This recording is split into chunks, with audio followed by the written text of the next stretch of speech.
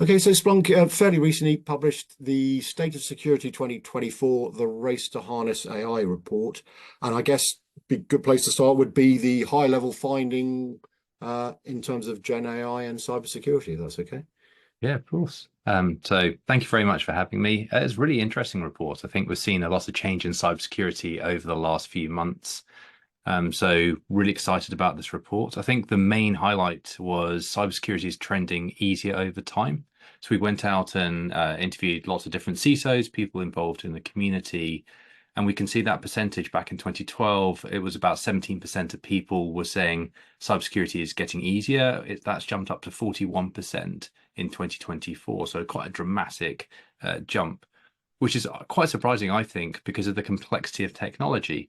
I think back 2 years ago, we were, going through the midst of cloud transformation, whereas now look at all the different technologies coming through, and obviously we are undoubtedly going to touch on the AI topic through that. Yeah, I was going to say, I think there was a fair indication that Gen AI is now, if not a standard tool, it's certainly being used a lot more when it comes to cybersecurity. Is that fair? Is that accurate? Yeah, I think definitely. I think so. Gen AI, I think it was 93% of businesses saying they're adopting it across the business, very similar on security teams. But actually, quite a lot of people, well, not a lot maybe, but it's 34% of people said they lack a complete generative AI policy. It's been really difficult. One of the CISOs I spoke to recently said they had the balance between saying what you can do and what you can't do with Gen AI. They had created their own portal into using a chat GPT like equivalent, but had locked it down a lot. And what they found, the more they were locking it down, the less it was being used because people were clearly starting to go and use it on their own personal laptops and transfer the knowledge across. So it's a little bit counterintuitive there. So I think it's always going to be a balance between the risk to the business in using these generative AI tools. I think there's things like data leakage, people using that to go and create text, create images that might not be attributed to AI. So you're not being quite forthright with the reader or the consumer of that information, and the potential benefits in terms of productivity that it can gain for the general workforce. So I think it's something as an industry we are certainly working on. And then the other part is it a friend or the foe in terms of cybersecurity? It was almost an even split. So about 43% of defenders felt that it was benefit the defenders. Sorry, 43% of people said it was going to benefit the defenders most, whereas it was 45% on the adversary. So we can see kind of a balance between those two things. So definitely as an industry, something we're working out what the true impact is going to be. Yeah, I was going to say, so a lot of, I mean, clearly Gen AI is here, everyone wants to use it, but they maybe aren't fully understanding of the implications of it. But it is so very much a top priority. So I guess how do people square that up? They all definitely want to get into that space, but is it a question of education by folks like yourself, or that people need to go and educate themselves as to what's going on? And how easy is that for them to do so, I suppose? And I think it's also there are so many different ways of approaching the Gen AI topic. I think maybe a year, 2 years ago, a lot of us suddenly, take for example, Chat GPT came online, and we spent a while learning how to use it. What does it actually mean, just at a personal level? We might have been well versed in it, but you still need to play and understand something to really get a true understanding of it and kind of live within it. And so I think when you start to think about the Gen AI space, you've got the exposure for I'm bored of writing people's reports, or I want to go and take a bunch of numbers and throw it at Chat GPT and say, go and make this meaningful for me, potentially exposing company information. You've then got the ability, the potential risk to the business of what it sends back to you, which might just be complete nonsense that I just copy and paste into my document and think, done, homework's complete, off it goes. And then on the cybersecurity side, a couple of things like how do I go and use that to go and generate code for me? How do I go and get it to explore new attack vectors? How do I go and get it to help me become more creative? And then I have it on the defense side. How do I get it to go and help me do things like red teaming and blue teaming at more kind of larger scale? And then the other part about it is how do I go and help it make the products like Splunk and Splunk Enterprise Security more efficient to learn? So I could take, hey Phil, come you know the cybersecurity world, pretty well. You may not know our tooling in depth, but give me a couple of days and with a bit of prompt engineering, I can teach you how to at least be a level one analyst behind it. So many different ways you can apply it. And I think that's what we're really, as an industry, getting our heads around, making sure we're very discreet and deliberate about all those different pillars and how we look at the risk and the benefits between each one. And you mentioned, I think earlier, that there's a fairly even split between people who think that it's the power for good will outweigh the power for bad and vice versa. Do you have any personal thoughts? I mean, clearly we're not going to, wind the clock back and get rid of it, but do you think that overall it will help the cybersecurity industry more than it will help the bad actors, or do you have a slight nervousness that it's giving the bad actors some, as if they need any more tools, some extra tools to do their worst? Well, I think the one on the bad actor side that is definitely going to help is the what they used to be called, is it the 401k fraud? I've got £10,000 to give you if only you send me £100 to this bank account. Normally super easy to spot those because the language of phraseology wasn't quite right. I think you're seeing a massive improvement in the quality of those type of scams and phishing. So yeah, it's helping that out. But on the other side, I think it's a huge opportunity for the cybersecurity industry.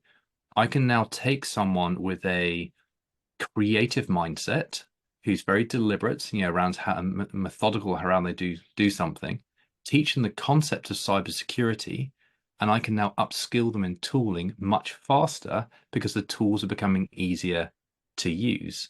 So that we're now thinking much more about how do I train them around cybersecurity and how to look for things, what to do, how to collaborate between teams, rather than this is how you use this specific tool to get to that generic outcome.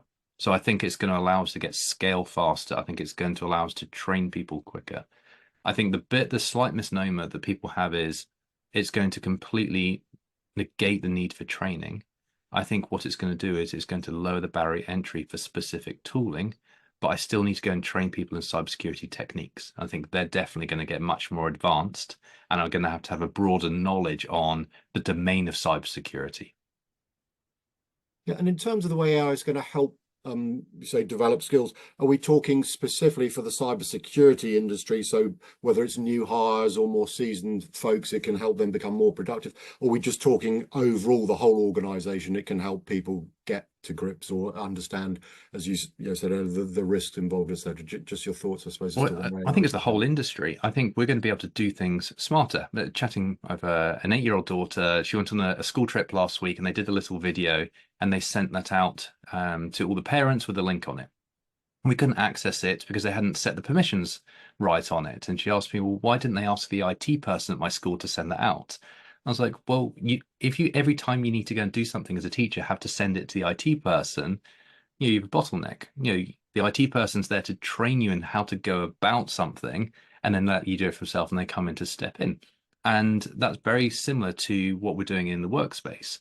If I need to go and create a new graphic for something, or I want to go and check my grammar on a new blog post, before I'd send it to someone and they would come back. Now I can use tooling now to go and help me. If you look at things like Photoshop, what I can do nowadays, we're just typing in natural language to say, hey, can you change this background? Can you add this in? Can you do that?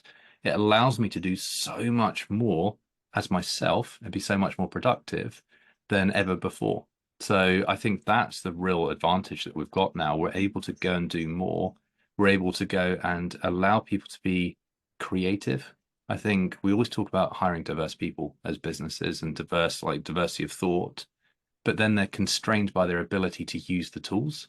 And I think that constraint on the ability to use tools is going to be starting to be removed. I can now use video editing software much easier. Just think about what you can do on your phone nowadays. Photo editing, creative writing. I can start to go and build codes faster. So I can actually use my thought process to be able to access that tooling much more. I think that's going to be liberating as we figure out how to go and achieve more. Yeah, and in terms of maybe one or two of the cybersecurity downsides that you sort of flagged up in the report, I think stress was one. I suppose to a certain extent, bearing in mind what we've just discussed, that's maybe not entirely surprising. But were there specific things that were causing this stress, or is it just the overall amount of pressure people are under with constant attacks, whether it's ransomware or these more sophisticated AI generated attacks? What's going on with the stress, I suppose? Well, I think as we look at kind of any business in the world nowadays, digitization is fundamental to it. Whether you're a mining company, you're a plane manufacturer, you're a bank or retailer, whoever you are, digitization is critical. You are going to be digitized as a business. So the reliance of that becomes really important. And I think what we're seeing is the business is relying on a lot. So people that work in an IT operations role, developer operations, cybersecurity, having more stress put on them because the availability or the resilience of that system is paramount to the mission, the success of a business. And then on the other side, we also have more regulation coming in. So we've got a lot of data regulation, privacy regulation. We're starting to see that in artificial intelligence. So there's a huge burden being put on cybersecurity professionals, and that really shone through in the report. I think it was 76% of respondents said that personal liability has made cybersecurity less attractive as a field, and up to 70% of them have considered leaving the field due to job-related stress because it has become so mission critical. And we also asked them to do two different things.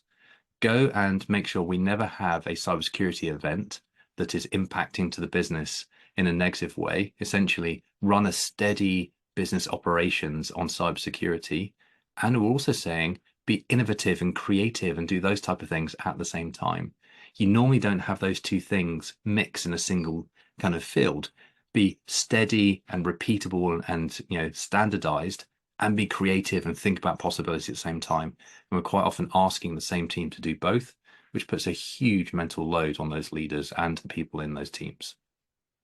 And on the compliance front, I mean, you mentioned that's part of the sort of stress creator, but compliance itself, I'm guessing again, whether it's because of AI and just the new technology developments, or people are getting just wiser to it and there's more regulation coming. Compliance is a big issue for cybersecurity professionals. As I say, what is that because just there are more, whether it's government or industry regulations or other things going on as well? Well, I think first it's easy to become a multinational business, which just adds more and more compliance burden onto you if you work in, say, the UK and the US and Europe and maybe Singapore and China. And you've got a lot of regulation coming at you, just even within inside of the European Union. I think one of the things we definitely notice is that most of regulation and the compliance mandates really are a data problem, because the regulators are looking for is, have you had any breaches?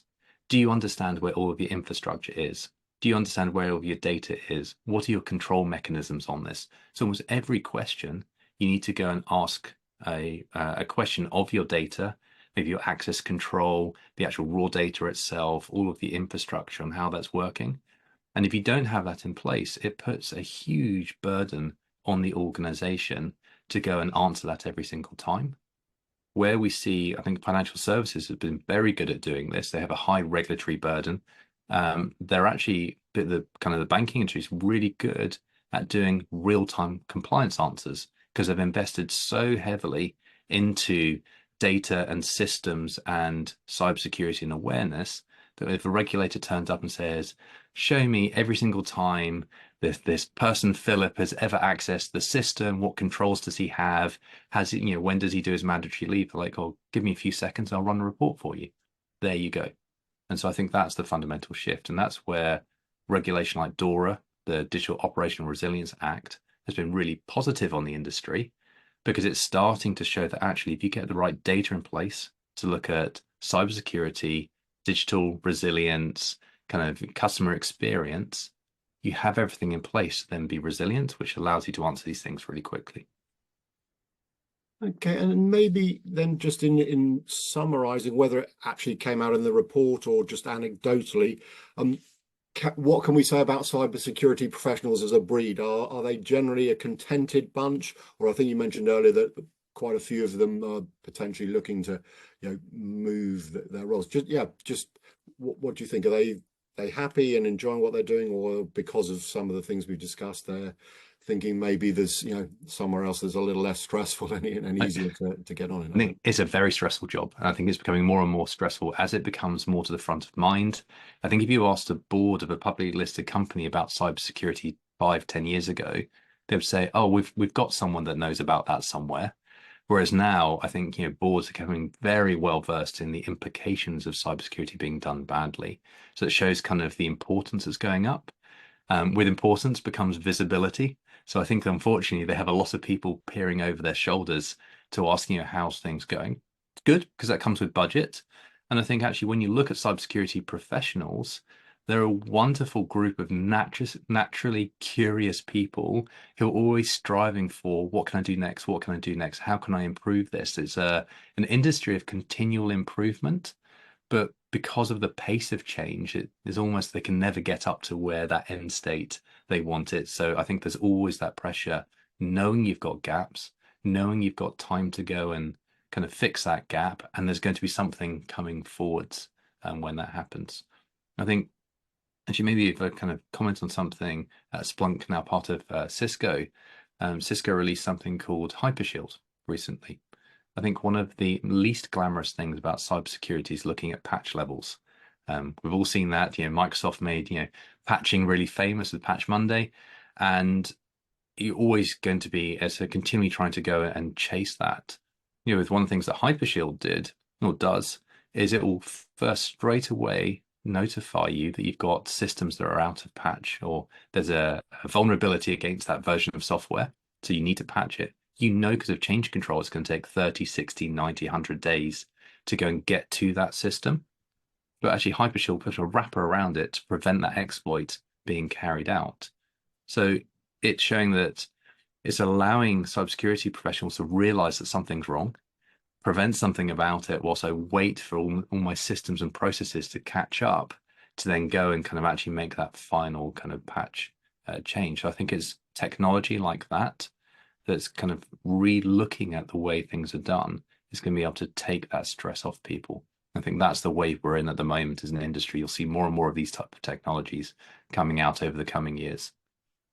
And finally, perhaps, do you think they need to be shown a bit more appreciation in the sense that if they're doing a good job and if you like nothing goes wrong, then no one's going to knock on the door and say nothing's happened for the past year, fantastic news. But the minute something does go wrong, everyone's sort of beating a path their door and please talk us through what happened, or whatever, getting angry. And perhaps it's not obvious, in some other departments, they create an app and then the business, turnover goes up by 10%. But again, with cybersecurity folks doing their job properly, it's maybe not obvious how it's directly benefiting the business until, as I say, something goes wrong and then everyone realizes that they are actually keeping things running. Just your thoughts, I suppose, as to whether they are undervalued because, if they're doing a good job, no one kind of notices. It's a horrible kind of industry. It's like, we gave you an extra 10 million to go and do X, what's changed? And you can say, nothing, we still haven't been breached. Oh, right. So why did I give you that 10 million? It's a horrible kind of conversation you to get into. But actually, I think the position's really changing. We're seeing more and more cybersecurity and kind of IT operations, digital operations actually coming closer and closer together. In some businesses, we're actually starting to see that report up into the same person to be accountable for both. Because anything that cybersecurity notices tends to need operations to fix, and operations to be able to go and roll something out. Now almost needs to partner with cybersecurity to say, are we good? Have we made sure we've got the right wrappers around this for a safety point of view before we ship that out? So you need a lot of collaboration between the two. The benefit of getting cybersecurity right and investing in that is you start to become a more digitally resilient business. You can't become, we always strive to become agile. All leaders say we're going to be more agile in our 2050 plan or something like that. Without the right foundations, it's just going to go and crumble. And so what businesses are starting to realize is cybersecurity actually provides amazingly solid data foundations into the visibility of everything that goes on inside of my business. That then allows me to go from an IT operations view, use the same data. Is it working? Is it secure? Now I know these two type of things. I know where to go invest money next. And if I have a problem, it is not, is this a cyber problem? Is this an IT problem? It is much more about what business service is this impacting and how do we as cross-functional digital operations team work together to go and remediate that, learn from that, and then fix it and move on. So I think it actually increases collaboration within teams inside of a business when you start to really put that focus on cybersecurity. So hopefully we see more of that kind of attitude and perspective from boards and senior leadership teams coming in the future. Okay, it's been fantastic to chat and some great insights into what's going on in the world of cybersecurity, which, as you say, is ever moving. But for now, at least, James, really appreciate your time. Thank you. Thank you, Philip.